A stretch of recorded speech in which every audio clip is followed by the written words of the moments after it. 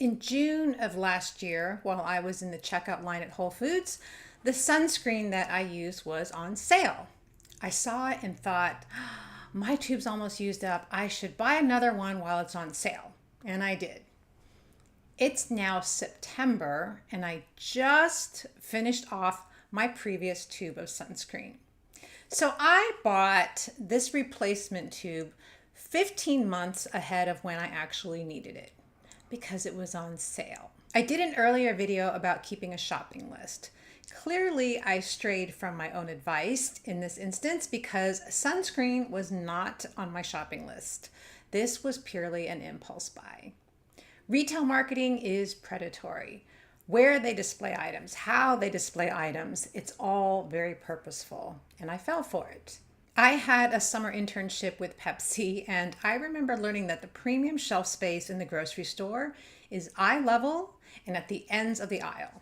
Makes total sense, right? The only time I crouch down at the grocery store is to get something I'm specifically searching for. I don't impulse buy things displayed at floor level because I don't see them when I pass by. The ends of the aisles are called end caps, and companies pay a lot of money to display their products there because they're impulse buying traps. One study found that products displayed at the end caps sold 8 times faster than the same product shelved elsewhere on the aisle. So what can I learn from my sunscreen on sale mistake? To ask myself, do I really need this right now? Or am I just being swayed by the thought of saving money on a sale price? My whole life, I've been afraid to be without a reserve of something, be it dental floss, soap, toilet paper. Okay, it's a good idea to always have a reserve of toilet paper.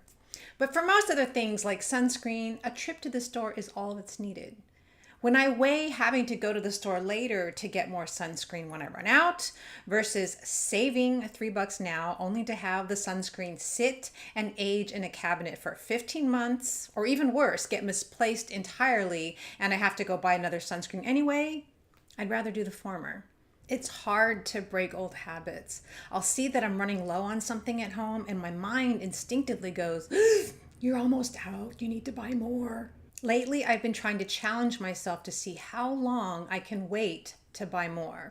I look at it almost like a game. And I have to say, I'm getting better at tolerating that feeling of, oh gosh, I'm gonna run out. I need to buy more. I'll see that my jar of coffee beans is getting low, but I look at it and figure there's probably another week and a half's worth there. I'll be going to the store within that time. Don't need to put it on my list yet.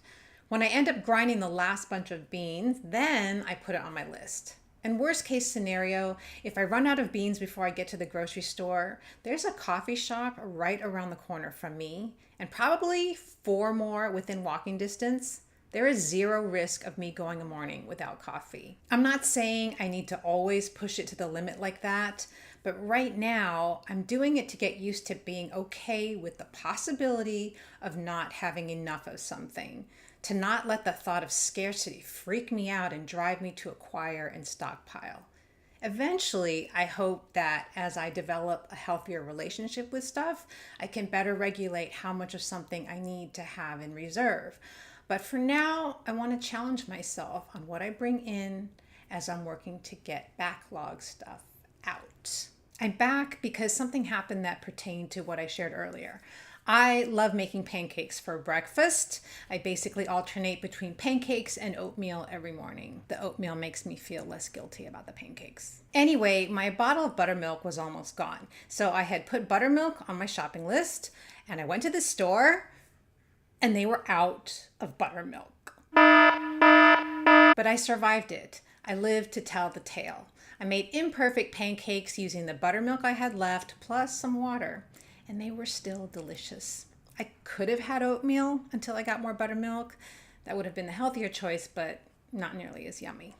Bottom line, not having enough was not a big deal.